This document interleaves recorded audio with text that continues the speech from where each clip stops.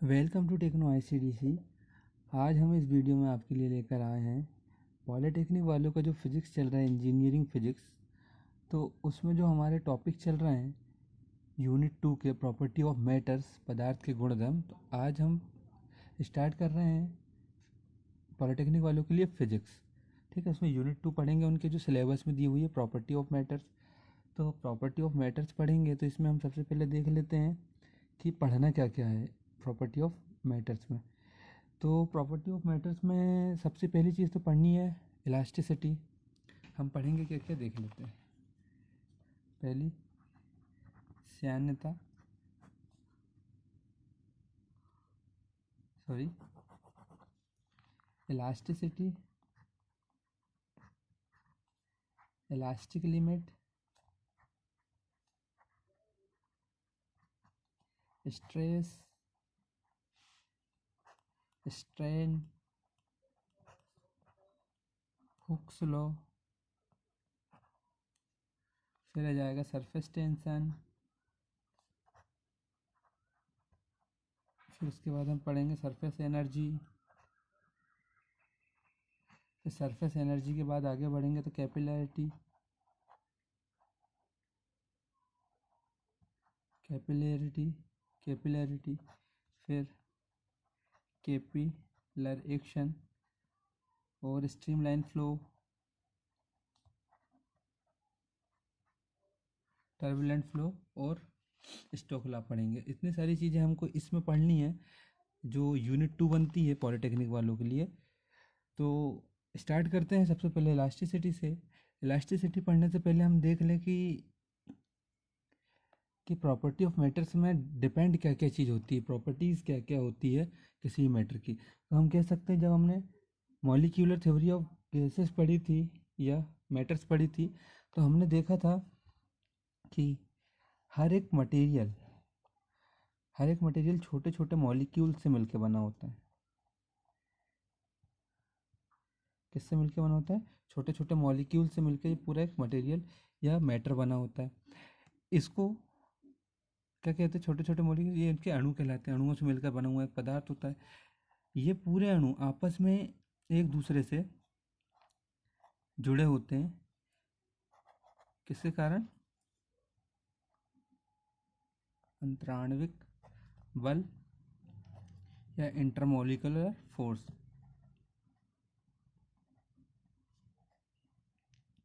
Intermolecular force की सहायता से जुड़े होते हैं। और ये मॉलिक्यूल और इसकी बात करें तो इन दोनों के बीच का जो गैप है, हम इसको कहेंगे इंटरमोलिकुलर स्पेस। क्या कहेंगे? Intermolecular space. तो ये जितने भी मॉलिक्यूल्स हैं आपस में सब जुड़े हुए हैं एक दूसरे से। तो ये जुड़े होने के लिए किसका यूज़ करते हैं? इंटरमोलिकुलर फोर्स का यूज़ करते हैं, अंतराण्विक बल का यूज़ करते हैं। और इन दोनों के बीच या जितने मॉलिक्यूल सबका आपस के बीच का डिस्टेंस क्या कहलाता है? इंटरमोलिकुलर स्पेस कहलाता है।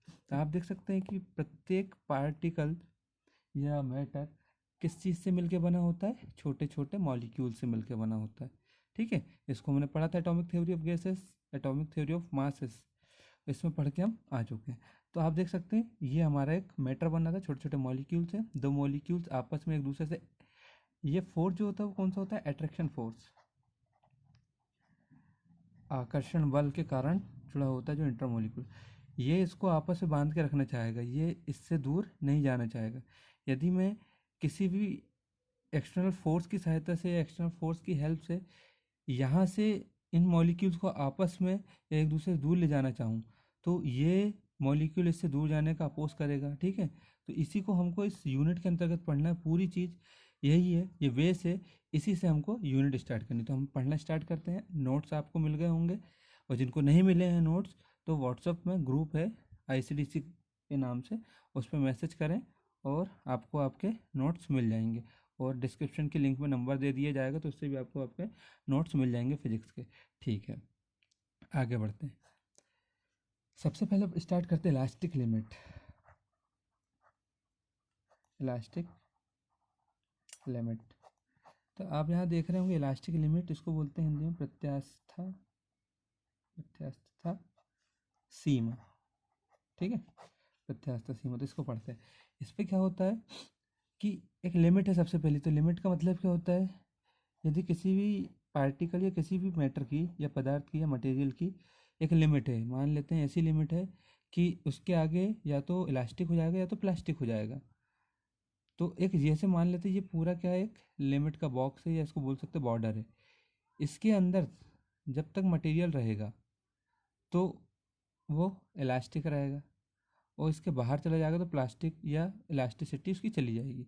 तो वैसे ही हम डिफाइन करते हैं इलास्टिक लिमिट को। इलास्टिक लिमिट क्या होती है, इलास्टिक लिमिट वह लिमिट होती है जिसके अंदर कोई भी मेटल या मटेरियल किस स्टेट में होता है, इलास्टिक स्टेट में होता है। मतलब इलास्टिक का मीन्स आप देख सकते हैं, आपने यूज़ की होगी रबर। तो रबर को यदि स्ट्रेच किया जाए और वापस छोड़ा जाए तो अपनी इनिशियल कंडीशन पे आ जाती है। ठीक है, तो उसी को कहते हैं इलास्टिसिटी। इलास्टिसिटी उसी को कहा जाता है। तो इलास्टिक लिमिट वही लिमिट होगी जिसके अंदर कोई भी मटेरियल इलास्टिक होता है या प्रत्यास्थ होता है, वो उसकी इलास्टिक लिमिट कहलाती है। यदि हम उससे थोड़ा भी ज़्यादा फोर्स लगा दें तो वापस अपनी इनिशियल कंडीशन पर नहीं आती और वहीं स्थायी हो जाती है। ठीक है, जैसे होती है प्लास्टिक। ठीक है, हम देखते हैं, मान लेते हैं ये एक लिमिट ड्रॉ किया मैंने, इसको बोल देता हूँ इलास्टिक लिमिट। यहाँ पे एक ऑब्जेक्ट रखा हुआ है ये, ठीक है, जैसे मॉलिक्यूल थे छोटे छोटे। ठीक है, इसमें टेंसाइल फोर्स लगाता हूँ मैं, एफ इधर से भी एफ इधर से भी। टेंसाइल फोर्स लगाया, टेंसाइल फोर्स लगा और वो स्ट्रेच कर दिया उसने, इसको ऐसे स्ट्रेच कर दिया। स्ट्रेच किया, मॉलिक्यूल्स दूर दूर गए, क्योंकि हमने देखा है जब इसमें फोर्स लगाएंगे, इसको खींचेंगे तो ये खींचेगा तो ये मॉलिक्यूल्स के बीच में क्या हो जाएगा, स्पेस बढ़ जाएगा। स्पेस बढ़ने से उनका क्या होगा, इंटरमोलिकुलर फोर्स कम हो जाएगा। जितना कम स्पेस रहता है उतना ज़्यादा इंटरमोलिकुलर फोर्स लगता है, और जितना ज़्यादा स्पेस होते जाता है वैसे इंटरमोलिकुलर फोर्स कम होता है। तो जब हम इसको दूर करेंगे तो ये मॉलिक्यूल इस मॉलिक्यूल से दूर जाने का क्या करेगा, अपोज करेगा। जैसे यहाँ से वो यहाँ होना था, कहाँ आ गया, यहाँ आ गया। इन दोनों के बीच का क्या बढ़ गया, डिस्टेंस बढ़ा। डिस्टेंस बढ़ने से फोर्स की वैल्यू कम हो जाती है। तो हम देखते हैं यहाँ तक हमने फोर्स लगाया। इलास्टिक लिमिट के अंदर मैंने एक फोर्स लगाया जिसको बोल सकता हूँ मैं डिफॉर्मिंग फोर्स। और डिफॉर्मिंग फोर्स का मतलब क्या होता है, जो किसी भी वस्तु की स्थिति या अवस्था में परिवर्तन कर दे वो उसका अपरूपण बल कहलाता है या विरूपण बल कहलाता है या डिफॉर्मिंग फोर्स कहलाता है। तो मैंने एक फोर्स लगाया, टेंसाइल फोर्स लगाया, जिससे इसकी स्थिति में परिवर्तन, आकार में परिवर्तन हो गया और ये थोड़ी स्ट्रेच हो गई। आप देखेंगे ये यदि इलास्टिक लिमिट के अंदर है, किसके अंदर है, इलास्टिक लिमिट के अंदर है, तो जब मैं ये फोर्स रिलीज़ करूँगा, इसका एक लेआउट डायग्राम यहाँ बना के देख लेते हैं। जब मैं इसका फोर्स रिलीज़ करता हूँ तो वापस अपनी इनिशियल कंडीशन पे जाती है। कहाँ जाती है, वापस अपनी इनिशियल कंडीशन पे आ जाती है। तो आप देखेंगे ये बन जाती है। तो इलास्टिक लिमिट के अंदर, इलास्टिक लिमिट वह लिमिट है जिसके अंदर किसी भी वस्तु में यदि टेंसाइल फोर्स या कंप्रेसिव फोर्स लगाए और जब हम इस बल को हटा देते हैं तो वो किस अवस्था में आती है, पुरानी अवस्था में आती है। इसी को इलास्टिसिटी कहते हैं। और जिस लिमिट के अंदर ये काम होता है वो इलास्टिक लिमिट कहलाता है। यदि यही चीज़ ऐसी होती है, ये इलास्टिक लिमिट है, इलास्टिक लिमिट है, यहाँ एक मटेरियल रखा है, इस पर एफ फोर्स लगाया हमने, ये स्ट्रेच होके इतना बाहर चला गया इलास्टिक लिमिट के, समझाने के लिए स्ट्रेच होके बाहर चला गया। तो आप देखेंगे अब यदि मैं इससे फोर्स रिलीज भी कर दूं, यदि फोर्स हटा दूंगा तो वापस अपनी इनिशियल कंडीशन पे नहीं आएगा, क्योंकि ये किसके बाहर चला गया, इलास्टिक लिमिट के। तो इलास्टिक लिमिट वह लिमिट होती है जिसके अंदर मटेरियल क्या रहता है, इलास्टिक रहता है, और इसके बाहर वो जाके या तो परमानेंट डिफॉर्म हो जाता है या तो प्लास्टिक हो जाता है। तो आप देख सकते हैं इलास्टिक लिमिट ये होती है। आई होप आपको इलास्टिक लिमिट समझ में आई होगी। तो फिर से उसकी डेफिनेशन बता देते हैं आपको। इलास्टिक लिमिट वह लिमिट है जिसके अंतर्गत कोई भी मटेरियल पे यदि हम विरूपण बल लगाए या डिफॉर्मिंग फोर्स लगाए तो उसकी अवस्था में परिवर्तन हो जाता है। और जब हम उस विरूपण बल को हटा लेते हैं या डिफॉर्मिंग फोर्स को हटा लेते हैं तो वो वापस अपनी इनिशियल कंडीशन पे जाता है। तो इस प्रॉपर्टी को बोलते हैं इलास्टिसिटी। मगर जिस लिमिट के अंदर ये काम होता है वो इलास्टिक लिमिट कहलाती है। इलास्टिक लिमिट के अंदर कोई भी मटेरियल इलास्टिक होता है और यदि उसके बाहर जाता है तो वो हो जाता है प्लास्टिक, ठीक है, या परमानेंट डिफॉर्म हो जाता है। ठीक है, आई होप आपको समझ में आया होगा ये। अब हम पढ़ते हैं इलास्टिसिटी, स्थिरता।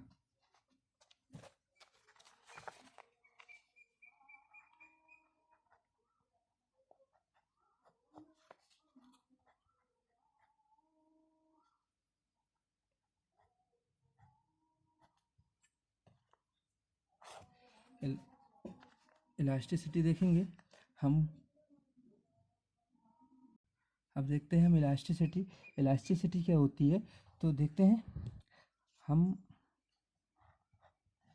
ये एक बॉडी है, ये मॉलिक्यूल्स हैं, ये एग्जाम्पल के लिए है ना। यदि हम इस पर टेंसाइल फोर्स लगा दें F, तो इसमें क्या होगा, जैसे हम इसको खींचना चाहेंगे तो ये मॉलिक्यूल दूर दूर जाएंगे और इनका इंटरमोलिकुलर फोर्स कम हो जाएगा और इसका डिफॉर्मेशन हो जाएगा इतना, ठीक है। और यदि मैं वापस ये फोर्स रिलीज़ कर दूं, ये फोर्स हटा दूं, तो अपनी क्या जाती है, फिर से की इनिशियल कंडीशन पे जाती है। तो आप देख सकते हैं कि ये पूरी प्रोसेस किसके अंतर्गत हुई, इलास्टिक लिमिट के अंदर हुई। तो हम कह सकते हैं इलास्टिक लिमिट के अंदर जब किसी भी मटेरियल पे या मैटर पे टेंसाइल फोर्स या डिफॉर्मिंग फोर्स लगाया जाता है तो उसकी आकृति में परिवर्तन हो जाता है या अवस्था में परिवर्तन हो जाता है उस वस्तु की या उस पदार्थ की। और जब हम इस फोर्स को रिलीज़ कर देते हैं या हटा देते हैं तो वह पदार्थ अपनी प्रारंभिक अवस्था में वापस आ जाता है। पदार्थ के इस गुण को या मटेरियल की इस प्रॉपर्टी को हम क्या कहते हैं, इलास्टिसिटी कहते हैं। और ये किसके अंतर्गत होता है, इलास्टिक लिमिट के अंदर होता है। तो हम फिर से बताते हैं, इलास्टिक लिमिट के अंदर जब किसी भी वस्तु पर डिफॉर्मिंग फोर्स लगाया जाता है तो उसकी स्थिति अवस्था में परिवर्तन आ जाता है। और जब हम इस फोर्स को रिलीज़ कर देते हैं तो वो पदार्थ वापस अपनी इनिशियल स्टेट में जाता है। तो मटेरियल की इस प्रॉपर्टी को क्या बोलते हैं, इलास्टिसिटी कहते हैं। क्या कहते हैं, इलास्टिसिटी कहते हैं। आई होप आपको समझ में आया होगा।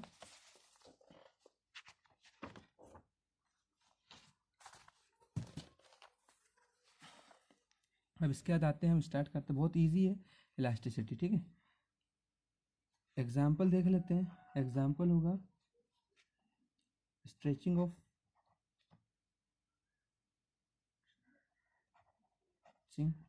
रबर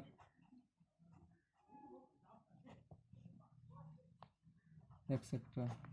तो ये देख सकते हैं आप, नॉर्मल से एग्जाम्पल है, रबर को यदि खींचे तो वो स्ट्रेच होती है और वही एग्जाम्पल होता है स्ट्रेचिंग इलास्टिसिटी का। हम इसके आगे बढ़ते हैं, हम आते हैं स्ट्रेस में। ध्यान से समझिए इसको, प्रतिबल IMP है, आया हुआ है 2019 में ये एग्ज़ाम में। तो देखते हैं स्ट्रेस क्या कहलाता है। स्ट्रेस एक तरह का बल होता है, यह इसको बोलते हैं रेजिस्टिव फोर्स होता है। कैसे होता है, ध्यान से देखें। फिर से कि हम वही ऑब्जेक्ट बनाएंगे, बार बार यही ऑब्जेक्ट काम आएगा एग्जाम्पल के लिए। ये छोटे छोटे मॉलिक्यूल से मिलके बना हुआ है, ठीक है। अब इसमें हम ऐसा करते हैं, किसी भी पदार्थ या किसी वस्तु पर जब हम उसमें डिफॉर्मिंग फोर्स लगाते हैं या विरूपण बल लगाते हैं तो उसके अंदर उपस्थित अणुओं में क्या होने लगता है, एक बल लगने लगता है। कैसे, यदि मैं इसमें, आप देखेंगे यदि ये ऑब्जेक्ट है, इसको मैं खींचूंगा, इस पर टेंसाइल फोर्स लगा दूँ, इसको खींचूँ, टेंसाइल फोर्स लगाऊंगा तो इसके मॉलिक्यूल्स का क्या होगा, ये होगा। एक तो इसका आकार चेंज होगा, सबसे पहली बात, खींचने में इसकी चौड़ाई कम होगी, लंबाई बढ़ जाएगी, ठीक है, ये होगा। और मॉलिक्यूल्स क्या होंगे, दूर दूर होने लगेंगे, मॉलिक्यूल्स का स्पेस कितना होगा, बढ़ते जाएगा। तो हम देखेंगे ये मॉलिक्यूल, मतलब ये मॉलिक्यूल्स इस मॉलिक्यूल से दूर नहीं जाना चाहता, मगर हम फोर्स लगा के इसको दूर ले जा रहे हैं। ये मॉलिक्यूल्स इस मॉलिक्यूल से दूर नहीं जाना चाहता, मगर हम फोर्स लगा के इसको क्या कर रहे हैं, इस मॉलिक्यूल से दूर कर रहे हैं। तो ये क्या करेगा, इस मॉलिक्यूल से दूर जाने का अपोज करेगा, मतलब अंदर जो इंटरमॉलिक्यूलर स्पेस बढ़ाएंगे उसको बढ़ने का क्या करेगा, ये विरोध करेगा या अपोज करेगा। तो अपोज करेगा जिसके कारण क्या होगा, इस पूरे ऑब्जेक्ट के अंदर एक रेजिस्टिव फोर्स जनरेट होगा जो वापस इसको अपनी प्रारंभिक अवस्था में लाने की कोशिश करेगा। इस फोर्स के अपोज में या विपरीत एक बल लगेगा जो क्या करेगा, इस ऑब्जेक्ट को वापस अपनी इनिशियल कंडीशन में या इस मॉलिक्यूल्स को इसके पास लाने की कोशिश करेगा। तो इस बॉडी के अंदर या इस मटेरियल के अंदर उपस्थित प्रेजेंट रेजिस्टिव फोर्स को ही क्या बोलते हैं हम, उस वस्तु का स्ट्रेस या प्रतिबल कहते हैं। जब किसी बॉडी पर डिफॉर्मिंग फोर्स लगाया जाता है तो उसकी अवस्था में परिवर्तन होता है। तो अवस्था में परिवर्तन का विरोध करने के लिए उसके अंदर जो मॉलिक्यूल्स में रजिस्टिव फोर्स जनरेट होता है वही क्या कहलाता है, उसका स्ट्रेस। तो ये होता है स्ट्रेस। ठीक है, आगे बढ़ते हैं, इसके फॉर्मूले पे आते हैं। तो इसका फॉर्मूले से इसकी दूसरी डेफिनेशन बनाते हैं। तो प्रतिबल बराबर होता है बल बटे क्षेत्रफल, force upon cross sectional area. ठीक है, तो ये होता है हमारा फॉर्मूला स्ट्रेस के लिए। तो स्ट्रेस को हम दर्शाते हैं नॉर्मली सिग्मा से। सिग्मा इज इक्वल टू होगा एफ अपॉन ए। ठीक है, एफ अपॉन ए। तो इसको यदि हम ऐसे लिखें, इसका क्रॉस सेक्शनल एरिया उठा लें। जैसे हमने एक ऑब्जेक्ट बनाया, ये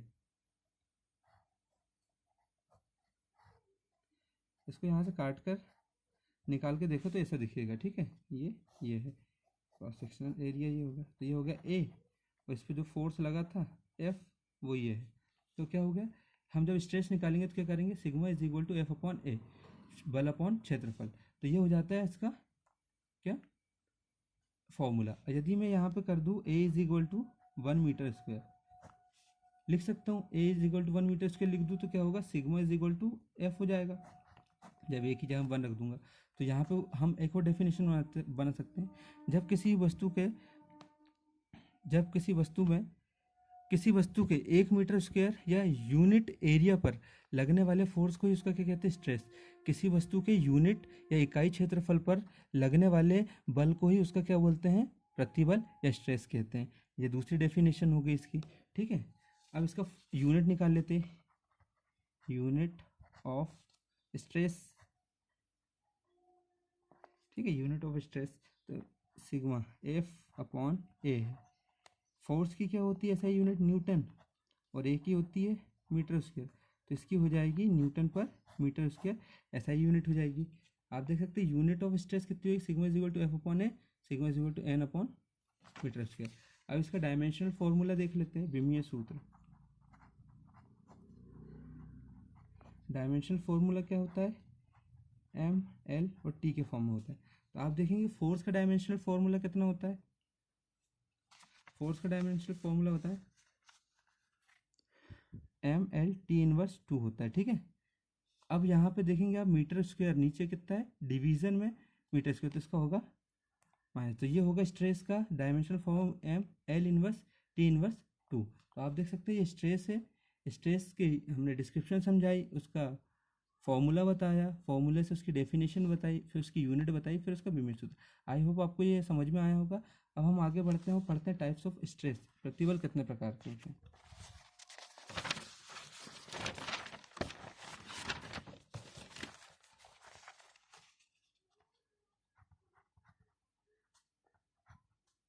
ऑफ स्ट्रेस, स्ट्रेस के प्रकार। तो फर्स्ट है नॉर्मल, जो आपको सिलेबस में है, पहला है लॉन्गिट्यूडिनल स्ट्रेस, इसी को समझेंगे सबसे पहले। इसको बोलते हैं अनुदैर्ध्य प्रतिबल। अनुदैर्ध्य प्रतिबल क्या होता है, ध्यान से देखें। जब किसी वस्तु, ये एक ऑब्जेक्ट बनाया हमने, इसकी हो गई यहाँ से यहाँ तक क्या लेंथ है ना। जब किसी वस्तु पर टेंसाइल फोर्स लगाया जाएगा, आप देखेंगे जब किसी वस्तु पर टेंसाइल फोर्स लगा दें हम, ये कंप्रेसिव फोर्स लगाए, तो ये क्या होगा, अभी इस कंडीशन पे यदि टेंसाइल फोर्स लगा दो तो उसकी लंबाई में वृद्धि हो जाएगी और चौड़ाई में कमी हो जाएगी। ऐसा कुछ हो जाएगा ये मटेरियल डिफॉर्मेशन के बाद। ये पहले डिफॉर्मेशन के पहले ऐसा था, डिफॉर्मेशन के बाद ये हुआ। तो हम कह सकते हैं यहाँ से यहाँ तक एल थी, इतना इसका क्या हो गया, डिफॉर्मेशन हो गया डेल्टा एल। ठीक है, डी एल। तो हम कह सकते हैं जब किसी वस्तु पर टेंसाइल फोर्स लगाया जाता है तो क्या होता है, उसकी लंबाई में परिवर्तन हो जाता है। इस लंबाई के परिवर्तन में विरोध को, इस लंबाई के परिवर्तन स्वाभाविक है, फिर बताएंगे हम मॉलिक्यूल्स है, ये छोटे छोटे मॉलिक्यूल्स है। जब मैं इसमें फोर्स लगा दूँ तो ऐसे हो जाएंगे मॉलिक्यूल्स, ऐसे हो जाएंगे। तो ये मॉलिक्यूल्स, इसकी लंबाई में जो क्या हो रहा है, चेंजेस हो रहा है, इसका क्या करेगा अपोज, इसमें एक बल जनरेट होगा जिसको विरोधी बल या रेजिस्टिव फोर्स बोलते हैं। तो इसी को इस रेजिस्टिव फोर्स को क्या बोलेंगे, जब लंबाई में परिवर्तन का विरोध होता है तो वो क्या कहलाता है, लॉन्गिट्यूडनल स्ट्रेस या अनुदैर्ध्य प्रतिबल। इसका भी फॉर्मूला सेम होगा, sigma is equal to F upon A. Formula same रहेगा, फोर्स आप देखेंगे एफ ही लग रहा है, ए यहाँ पे क्षेत्रफल पे इस पर परिवर्तन हो रहा है, और इसकी यूनिट भी सेम रहेगी, इसकी यूनिट हो जाएगी न्यूटन पर मीटर स्क्वायर, डायमेंशनल फॉर्मूला भी वही रहेगा। ठीक है, आगे बढ़ रहे हैं। सेकंड टाइप का स्ट्रेस है अभिलंब प्रतिबल।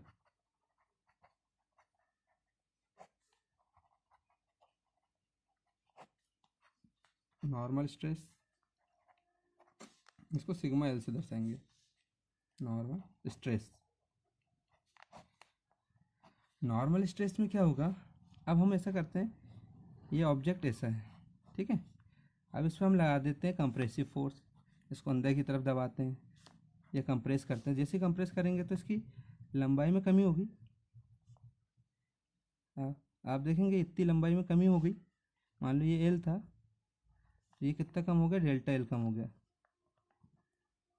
ये पूरा एल है, ये पूरा एल है, जहाँ से जहाँ तक कमी कितनी है, डेल्टा एल है। तो आप देखेंगे जब हम किसी भी वस्तु पर कंप्रेसिव फोर्स लगाते हैं तो उसकी किस में कमी होती है, चौड़ाई पे कमी हो जाती है, सॉरी लंबाई पे कमी होती है, चौड़ाई पे वृद्धि हो जाती है। तो इसमें भी क्या होंगे, मॉलिक्यूल्स क्या करेंगे, अपोजिशन फोर्स लगाएंगे। अपोजिशन फोर्स यानी इसकी लंबाई में कमी या इसकी चौड़ाई में वृद्धि का क्या करेंगे, वो अपोज करेंगे। ये एकदम पास पास पे भी आना नहीं चाहेंगे और ना ही बहुत दूर जाना चाहेंगे। तो यहाँ पे होगा क्या, ये बहुत पास पास पे आने लगेंगे, तो ये पास पे आने का विरोध करेंगे। इसके कारण यहाँ पे जो बल जनरेट होगा उसको क्या बोलेंगे हम, नॉर्मल स्ट्रेस। इसको भी दर्शाएंगे हम एफ अपॉन ए से ही, ठीक है। यूनिट होगी न्यूटन पर मीटर स्क्वायर ही, और फॉर्मूला होगा एम, ठीक है।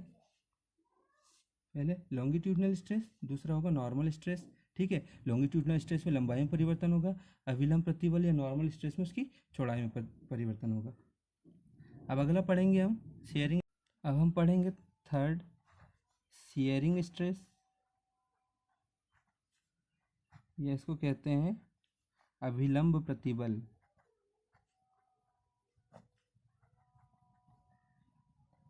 ये आपके सिलेबस में इसलिए इतना ही पढ़ाया जा रहा है ना, और भी है, सॉरी अभिलंब नहीं, अपरूपण प्रतिबल, अपरूपण प्रतिबल।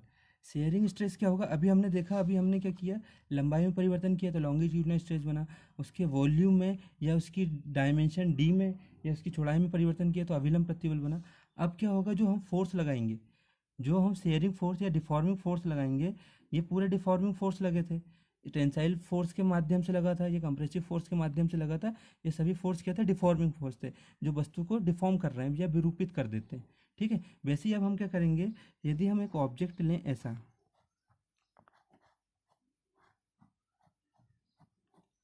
और इसका क्रॉस सेक्शनल एरिया बना लें। क्रॉस सेक्शनल एरिया मीन्स कि ऐसा एक, ऐसा दिखाते हैं, यदि हम इस ऑब्जेक्ट को ऐसा बनाएं तो यहाँ से इसका क्रॉस सेक्शनल एरिया दिखा दें हम, ठीक है, यह होगा इसका क्रॉस सेक्शनल एरिया। यदि हम इस पर अब फोर्स लगाएंगे, हम जब क्रॉस सेक्शनल एरिया पर फोर्स लगा देते हैं या उसके क्रॉस सेक्शन पर फोर्स लगाया जाता है, डिफॉर्मिंग फोर्स लगाया जाता है, तो इसमें एरिया में चेंजेस होते हैं। तो इस क्रॉस सेक्शनल एरिया में चेंजेस या इस डिफॉर्मिंग फोर्स का अपोज करने के लिए इसमें जो प्रतिबल जनरेट होता है उसे ही क्या बोलते हैं, शेयरिंग स्ट्रेस कहते हैं या अपरूपण प्रतिबल कहते हैं। इसकी यूनिट होती है, एस से दर्शाएंगे, सिग्मा एस से, एफ इज अपॉन ए ही होगा, क्षेत्रफल पे है ना, और सारी चीज़ें सेम होगी, बस यहाँ पे क्या हो जाएगा, इसे क्रॉस सेक्शनल एरिया अनुप्रस्थ काट के क्षेत्रफल पर लगेगा, क्रॉस सेक्शनल एरिया पर वहाँ पर फोर्स लगेगा, अनुप्रस्थ काट के क्षेत्रफल पर फोर्स लगेगा।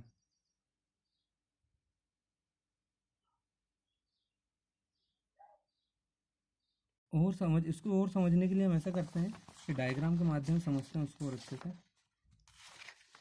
ऐसा करते हैं, ये ले लेते हैं अनुप्रस्थ काट, ठीक है। यदि यहाँ पे फोर्स लगाया जाए, यहाँ पे हमने एक डिफॉर्मिंग फोर्स लगाया है इसके अनुप्रस्थ काट के क्षेत्रफल पे, तो ये क्या होगा, इसको स्टेबल कर देते हैं, ठीक है, सॉरी नीचे वाली सतह स्टेबल। तो जब ये इस पर फोर्स लगाएंगे तो ये झुकेगा इस टाइप से, ये ऐसा हो जाएगा। ठीक है, तो इसकी इनिशियल कंडीशन कहाँ थी, यहाँ थी।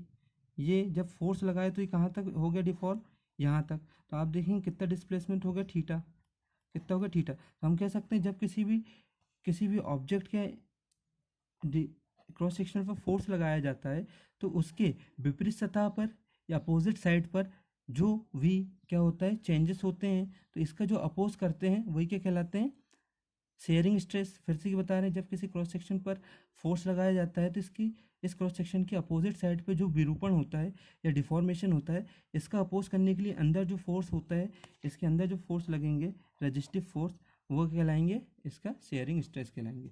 फॉर्मूला शेयरिंग स्ट्रेस का सेम होगा जैसे नॉर्मल स्ट्रेस के थे सारे। तो आई होप आपको समझ में आया होगा। यहाँ पर हमने पढ़ा इलास्टिक लिमिट, इलास्टिसिटी, स्ट्रेस और टाइप्स ऑफ स्ट्रेस, यूनिट पढ़ी उसकी और डायमेंशनल फार्मूला। इतना पढ़िए। आगे की वीडियो में हम आपको स्ट्रेंथ समझाएंगे, हुक्स लॉ समझाएंगे और स्ट्रेस स्ट्रेन कर्व समझाएंगे। तो बने रहिए हमारे साथ।